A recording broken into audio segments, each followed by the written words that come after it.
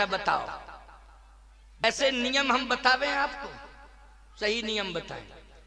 पति के पहले पत्नी को मरना चाहिए, वो भाग्यवान मानी जाती है। पति के पहले जो पत्नी मर के चली जाती है, बोलो ईमानदारी से, उसको सुहागवती कहते हैं कि नहीं? तुम्हारे छत्तीसगढ़ में भी यही कहते होंगे, कहते कि नहीं?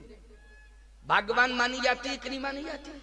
और वो अपने को मरते समय उसकी श्वास, अंतिम श्वास निकलती है तो याद रखना, पति का अगर दर्शन उसे हो रहा है तो अंतिम श्वास पति को देख करके प्रसन्नता में उसकी अंतिम श्वास निकल जाती है कि तुम्हारे देखते देखते मेरे प्राण जा रहे हैं, अब मेरा जीवन धन्य है, कन्फर्म है कि मेरा उद्धार हो जाएगा, मेरा उद्धार हो जाएगा।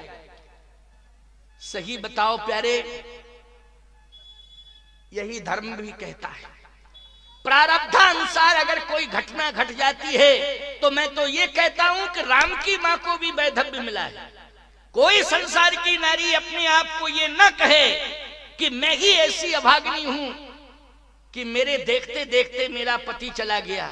तो मैं तो कहता हूं कैकेयी की बात छोड़ो, कौशल्या जैसी महान तपस्विनी जिसने अनंत वर्षों तक तपस्या की है, निर्गुण ब्रह्म को सगुण बना करके अपनी गोदी का लाल बना लिया है, ऐसी कौशल्या को भी वैधव्य लेना पड़ा कि नहीं लेना पड़ा? बोलो। जो ब्रह्म की मां है, जो राम की मां है, बोलो उसे भी वैधव्य लेना पड़ा कि नहीं? हमारा किसी प्रकार से ऐसा भाव नहीं है कि अगर दुर्भाग्य के कारण, किसी घटना के कारण कभी किसी परिवार में ऐसी कंडीशन आ गई हो तो वो माताएं अपने को ये सोचने लगे कि स्वामी जी भी तो इस प्रकार की बात कह रहे थे कि उससे बड़ा दुर्भाग्यशाली संसार में कोई होता नहीं है जिसको पति छोड़ करके चला जाए। अरे मैं क्या कह रहा हूं, जिसको पति छोड़ के चला जाता है वह पत्नी स्वयं कहती है कि मेरे समान संसार में कोई अभागी नहीं है। बोलो कहती है कि नहीं कहती है? मेरे समान संसार में कोई अभागी नहीं है, मेरे समान संसार में कोई दुर्भाग्यशाली नहीं है, ये तो स्वयं वो ही कहती है प्यारे। लेकिन सत्य तो ये है कि दोनों में से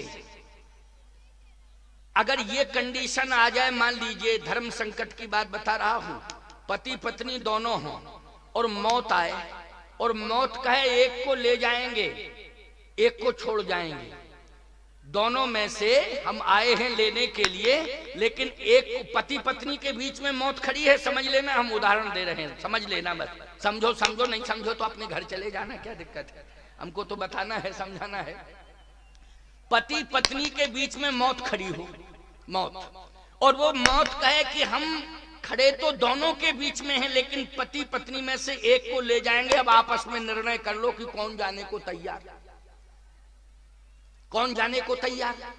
तो बोलो सबसे पहले पत्नी को कहना चाहिए कि नहीं, पति को छोड़ दो मैं जा रही हूं, हमारी समझ में। अब वो बात अलग है, क्या कहती क्या नहीं कहती उसके मूड पर है नहीं, लेकिन सही बात तो ये है कि पत्नी को ये कहना चाहिए मौत से कि मौत मेरे पति को हाथ मत लगाना, मैं जाने को तैयार हूं, मुझे ले चल। बोलो ललकार के कहना चाहिए कि नहीं कहना चाहिए? और पत्नी कहीं ये कह तो संदेह पाया जाएगा, नहीं संदेह पाया जाएगा कि नहीं पाया जाएगा, इस प्रकार की भाषा बोले। एक बार मेरे सामने एक व्यक्ति रोता हुआ आया, बोले महाराज महाराज महाराज महाराज। हमने क्या बात है? बोलो पत्नी को समझा दो मेरी, नहीं तो मैं आत्महत्या कर लूंगा। हमने कहा अरे ये तो बहुत खतरनाक बात है। उसकी पत्नी भी पीछे से आई। मैंने कहा कि पति अगर आत्महत्या करेगा तो पाप तुझे लगेगा कि नहीं, और तू विधवा हो जाएगी, तेरा जीवन बेकार है। ऐसी परिस्थिति पति के सामने क्यों पैदा कर रही है कि ये आत्महत्या करने को तैयार है? बात क्या है? मैंने उससे पूछा पति से, मैंने कहा क्या बात है, मरने के लिए तू तैयार है, बात क्या है? उसने कहा महाराज जी सही बात बता दूं, शाम को हम दुकान से आते हैं व्यापार करके और खोपड़ी खराब करती है। तो हमने कहा क्या खोपड़ी खराब करती है, पैसा वैसा मांगती होगी, कितना कमा ले आके? ये नहीं, ये कहती है कि तुम झूठ बोल के धंधा मत करो, झूठ बोल के धंधा मत करो। हमने कहा बात तो सही कहती है भाई, अगर ये पत्नी कहती है कि झूठ का धंधा मत करो, झूठ का धंधा मत करो, झूठ का, तो बात तो सही कह रही है। अब ऐसे में बोलो हम किसका पक्ष लें? ये कहें कि झूठ बोल तू, तू इसका समर्थन कर। ऐसा तो हम कह नहीं सकते, क्योंकि सत्य और असत्य की व्याख्या चल रही है ना इस मंच पर। किसकी व्याख्या हो रही है? सत्य और असत्य की। तो कई रोज खोपड़ी खराब करती है कि झूठ का धंधा मत करो, झूठ का धंधा मत करो, झूठ क्यों बोलते हो? हमने कहा बात तो सही है। तो उसने कहा स्वामी जी हम अकारण में झूठ नहीं बोलते हैं, धंधे में कोई कारण आ जाता है तो झूठ का आधार ले लेते हैं, कोई कारण आ जाता है तो आधार ले लेते हैं। यदि ये यही चाहती है तो धंधा चौपट हो जाए, आज के बाद हम झूठ बोलेंगे ही नहीं, आज के बाद नहीं, धंधा चौपट हो जाए। अगर ये पीछे ही पड़ी है, हम तो बाल बच्चों के लिए कर रहे थे, अगर इसको ऐसा ही लगता है तो धंधा भले ही चौपट हो जाए, लेकिन हम बिल्कुल नहीं बोलेंगे झूठ। लेकिन स्वामी जी इससे भी कह दो ये भी झूठ ना बोले। तो मैंने कहा कि तू झूठ बोलती है क्या? कहे मैं बिल्कुल नहीं बोलती हूँ झूठ, कभी नहीं बोला मैंने झूठ। पति बोला अगर कह दूं तो? हाँ बता दो। कहे अभी मायके से लौट के आई 15 दिन पहले, कानों की बाला झुमकी जो होते हैं ना वो लटका के चली आई वहां से मायके से, और कह रही थी कि ये हमारे बाप ने बनवाए हैं, तुम्हारे बाप में इतनी सामर्थ है? अरे 2 तोला के तूने सोने के ये बनवाए कुंडल, लेकिन हमें कंफर्म मालूम है कि तुम्हारा बाप 1 तोला का भी दाम नहीं दे सकता है, और तुम्हारे बाप को ये क्रेडिट है कि कोई उधार 5 रुपया नहीं दे सकता है।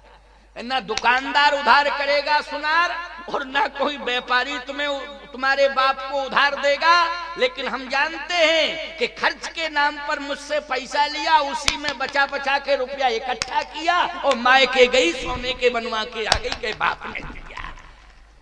ये झूठ बोलती है कि सही? तुरंत स्तब्ध रह गई वो। मैंने कहा सही बताओ क्या है? बोले महाराज जी वो बात छोड़ो, हम कभी झूठ नहीं बोलेंगे, कभी झूठ नहीं बोलेंगे, लेकिन इनसे कहो ये झूठ ना बोले। उसने कहा मैं सौगंध खाता हूं कभी झूठ नहीं बोलूंगा।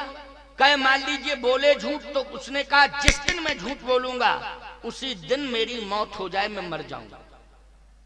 अरे हमने कहा बहुत बड़ी बात कह रहा है, लेकिन इससे पूछो ये क्या करेगी अगर झूठ बोलेगी? उसने कहा अगर तुम ये करते हो प्रतिज्ञा कि जिस दिन मैं झूठ बोलूं उसी दिन मर जाऊं, तो पत्नी बोली मैं भी प्रतिज्ञा करती हूं जिस दिन झूठ बोलूं उसी दिन विधवा हो जाऊं। बोलो इससे बड़ा दुर्भाग्य बोले मैं क्या होगा? अब बताइए भाई, मरना तुम्ही को पड़ेगा दोनों तरफ से।